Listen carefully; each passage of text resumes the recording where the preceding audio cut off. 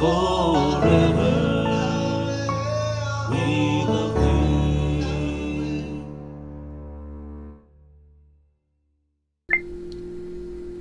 Hey guys, it's T. Thanks for joining me again. I'm coming to you from a pretty low place today. It's had a crash. Some adjustments were made in the medications from tonight, so we'll see how it goes. Unfortunately, I lost my grandmother of 100 years last week, so thank God for all the time we had with her. That hasn't affected my depression so much, to be honest, but what I wanted to do today is, because I was so low today, there was this document that I wrote that I did when I was lucid, and I did it so that when I am not lucid, when I'm low, I could read it to remind myself of the things that I need to remember, carrying forward, to help me get through the rough times. So I decided that I'm gonna read it to you. It's a little long. It's 4 pages, but it'll seem a little long when I read it. I'll probably make a couple of mistakes. My glasses need to be checked, but anyway, it's called "I'm Alive Because My Brain Is Trying to Kill Me." This is a weird title, but it's a document for both the unwell and the healthy. Hi, I'm your brain, and I love you. I love you because you fed me, protected me, taken care of me, and nourished me since the day we were born. In too many ways to mention, I've helped you as well, and I know that we both want to be doing this for as long as we possibly can, because life is great. It's wonderful. It's amazing. It's fun. Sometimes a little sad and difficult at times, but it's all worth it. It's all been worth it from the very beginning. So why am I trying to kill you? I'd like to know that myself.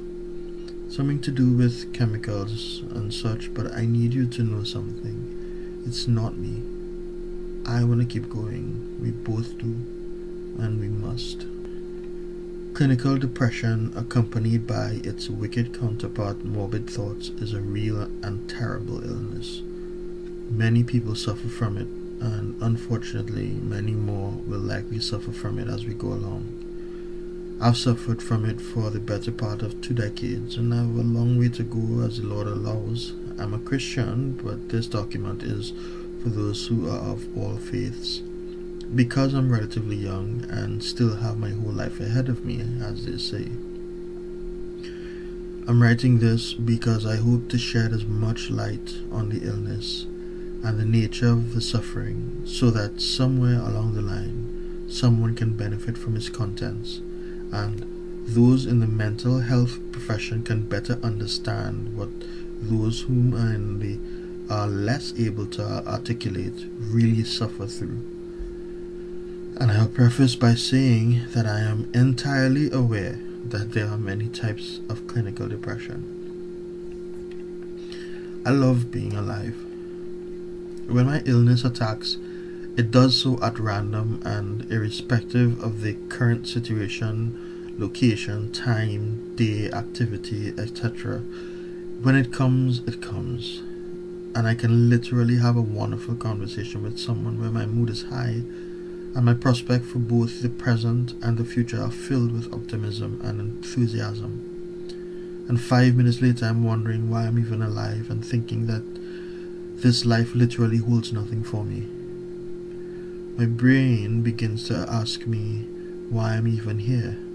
Why am I even taking the time to sit down at this desk and drink this coffee? Why am I even opening this laptop and typing this document? Because there really is no purpose to it.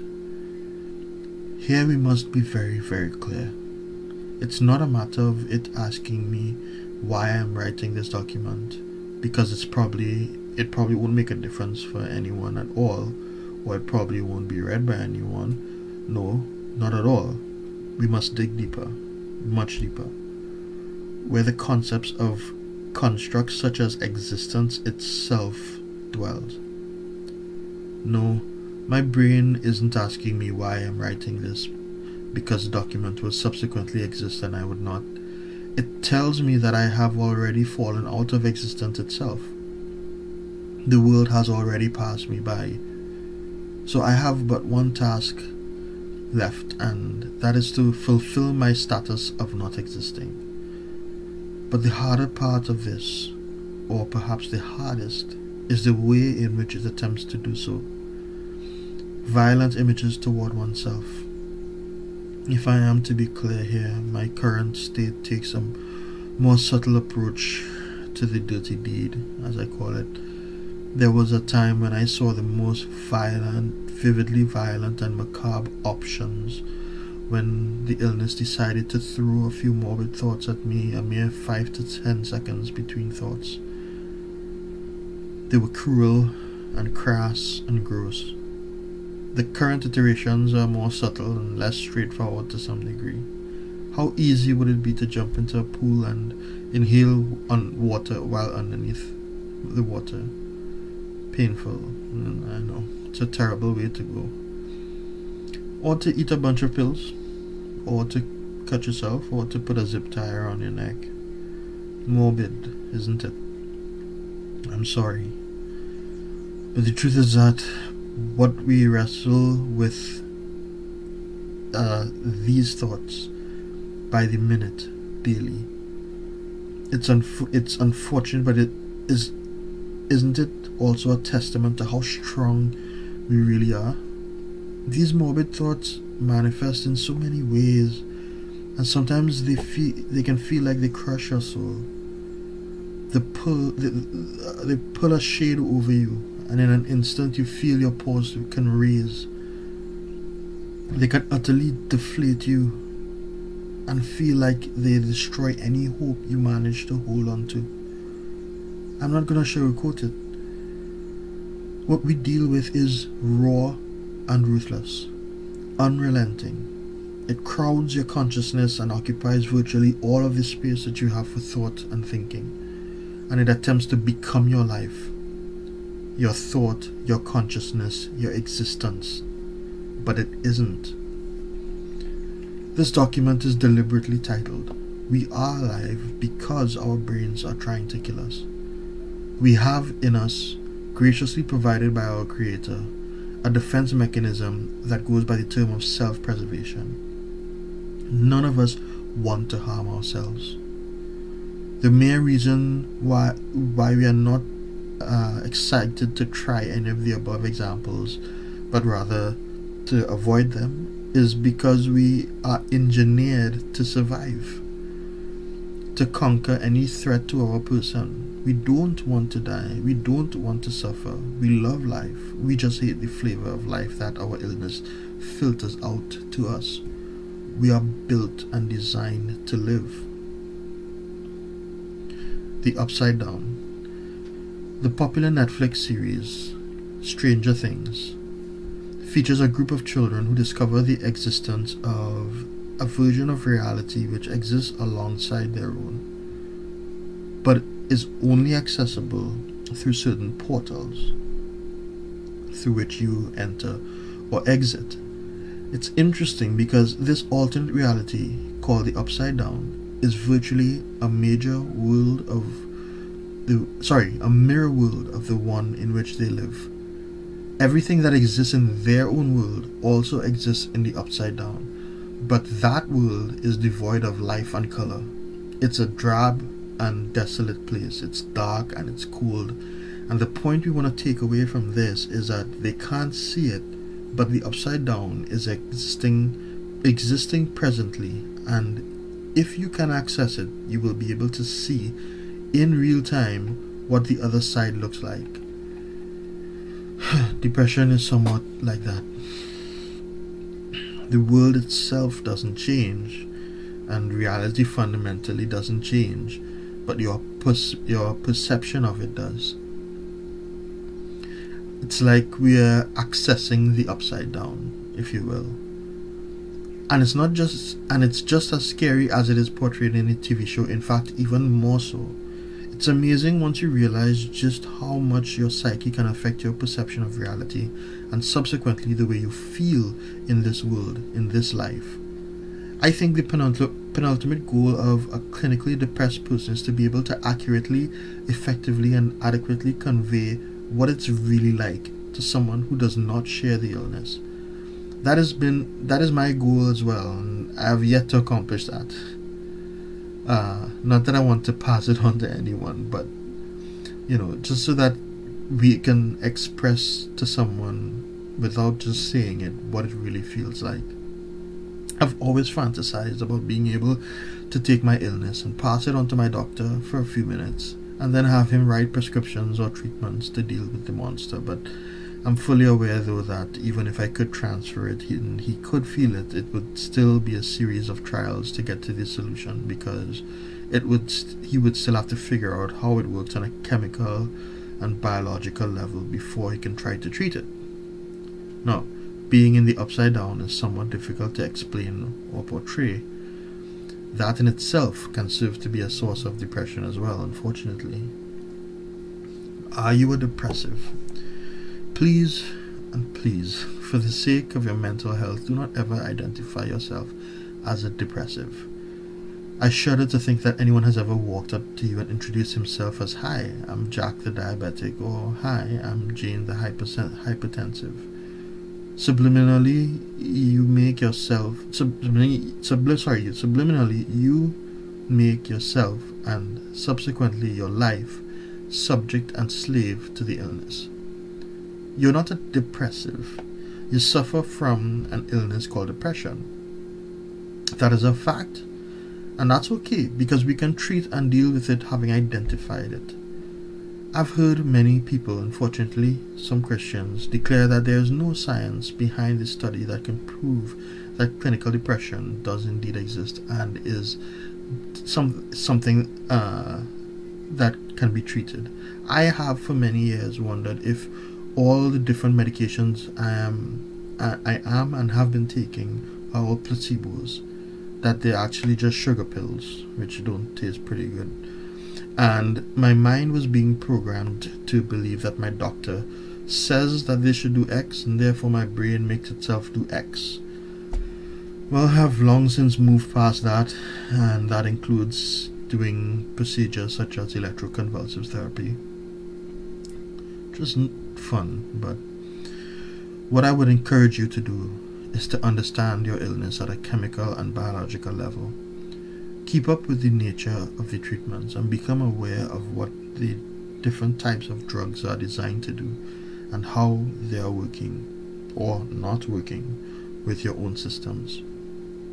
Know the brands, the generic names, their classes, their methods of operation, their interactions with the other drugs that you take. Understand your illness and by extension, yourself. So, why am I alive? Because my brain is trying to kill me. I should have clarified trying to kill me much earlier, but it would work just fine here. In a previous document, I highlighted the fact that your brain does not have hands nor arms with which to attack you physically. So in that context, your brain can't really kill you.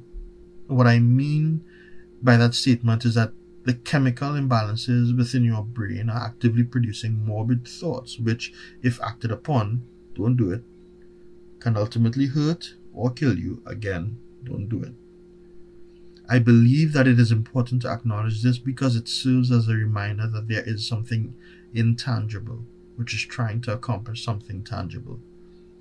You won't hurt yourself if you choose not to, and the crux of it is practically ends there.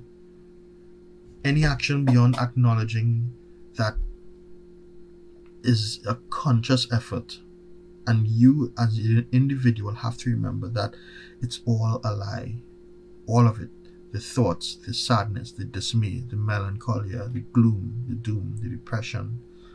Now, I'm not saying that the depression and thoughts it presents are not real and do not exist. In fact, quite the opposite. I'm acknowledging their existence and their presence fully. What I'm exposing as a lie is what they would have you believe is your reality.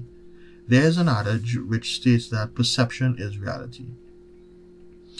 I've never agreed with that statement because if I perceive that a car is coming down the road and if a car is coming down the road and I perceive that the car is not there, I'll still get hit by the car, regardless of what I choose to believe.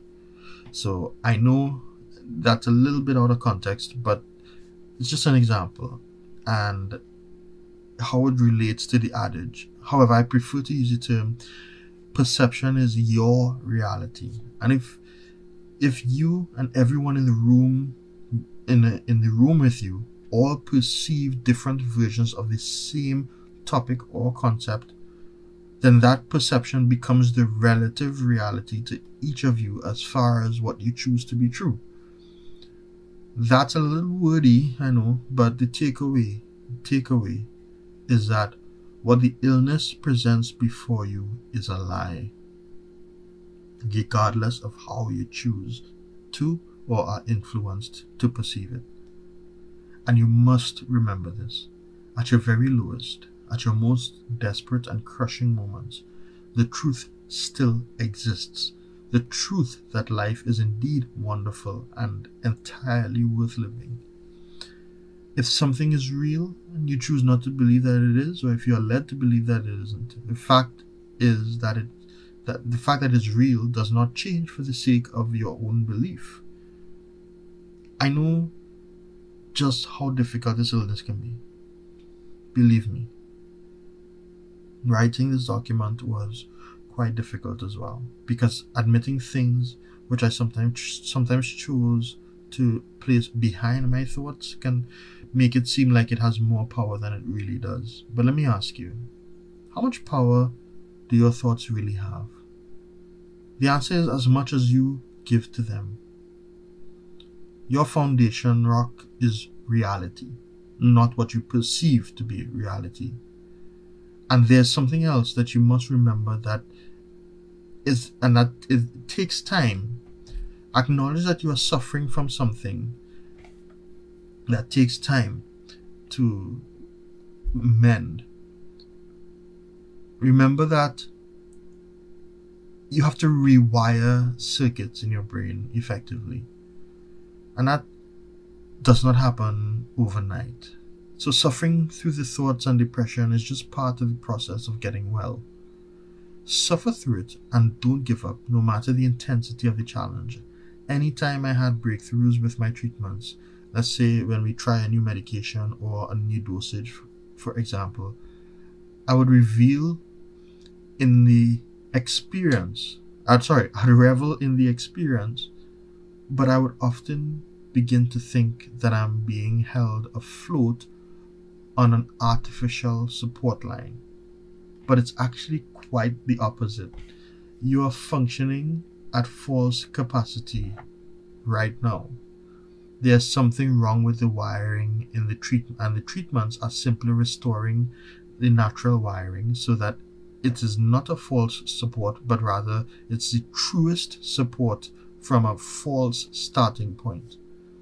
That reassures me because it reminds me that my brain does know how to function properly, and all it needs is a nudge in the right direction.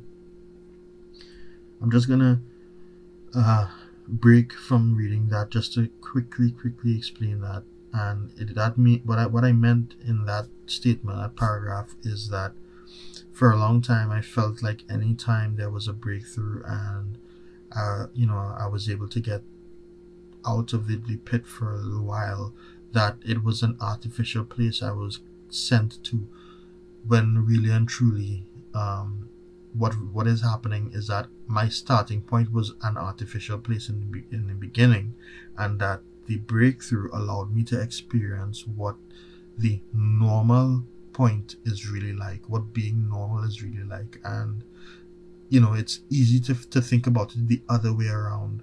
So if your medication is working for you, revel in the fact that you are now experiencing normalcy.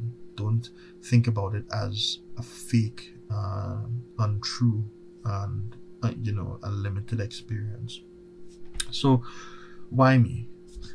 Well, because this is our portion. I have a friend who's not even 40 years old, yet he must inject himself with various forms of insulin at least 4 times a day. He's been doing this for the past 10 years or more.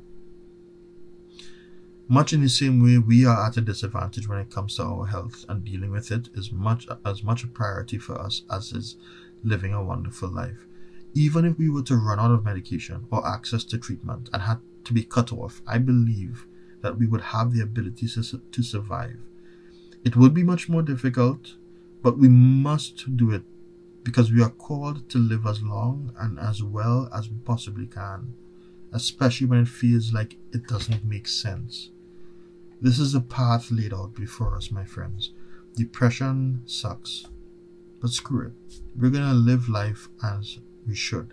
Shoulder the burden, because giving up is not an option. It's wrong and it's evil. It's grotesque and it's not a relief, but it's a pathway to an eternal suffering that will make us wish we could have a second opportunity to stay in the fight and live through the pain. And if, like me, you believe that there is an eternal reward through Christ, even if you don't, it's always worth it to give the illness and its thoughts a swift kick in the nuts, to declare that it's your life and you're not giving it away to anyone or anything, as long as you have a choice. And believe me, my friends, we do have a choice, now and always. So thanks for listening, thanks for joining me, thanks for taking the time. Those of you who want to just end in a quick prayer with me, dear God and Father, I want to thank you for this technology that we have. So reach out to people in great numbers who we don't even know, but who may be suffering from the same illnesses and in similar ways, and who may need help. Father, I want to pray that this document that I believe you inspired me to write will be able to help many people, and I pray that there's community built around the defeating of this illness, and I wholeheartedly believe, oh Lord, that a cure for it is real and is coming, because I know that you love us and that you have given us this burden for a reason. And I pray only, Lord, that you expose to us what that reason is. So as we continue to bear this burden every day, we ask for your strength, and we thank you, Lord, for bringing us all this way, as we give you praise and thanksgiving and ask these favors in the worthy name of your dearly beloved Son, our blessed Lord and our Savior, Jesus Christ, now and forever. Amen. I'm going to try to post a little more often. This was a long one, but I think it had to be read, and I'm going to continue to encourage you guys to build a community around defeating this illness and helping others and helping each other through this, from whatever part of the world you're from. So go ahead and comment. You can subscribe if you want to. You can thumbs up, thumbs down. Those aren't important to me. What I would like to do is to talk to others who are going through similar situations and get some of their perspectives and exchange some perspectives, but until then, keep fighting, don't give up. It's not an option. Alright, we have to win it. and we're gonna be rewarded for winning it. So stay strong. It's T. I'm out, and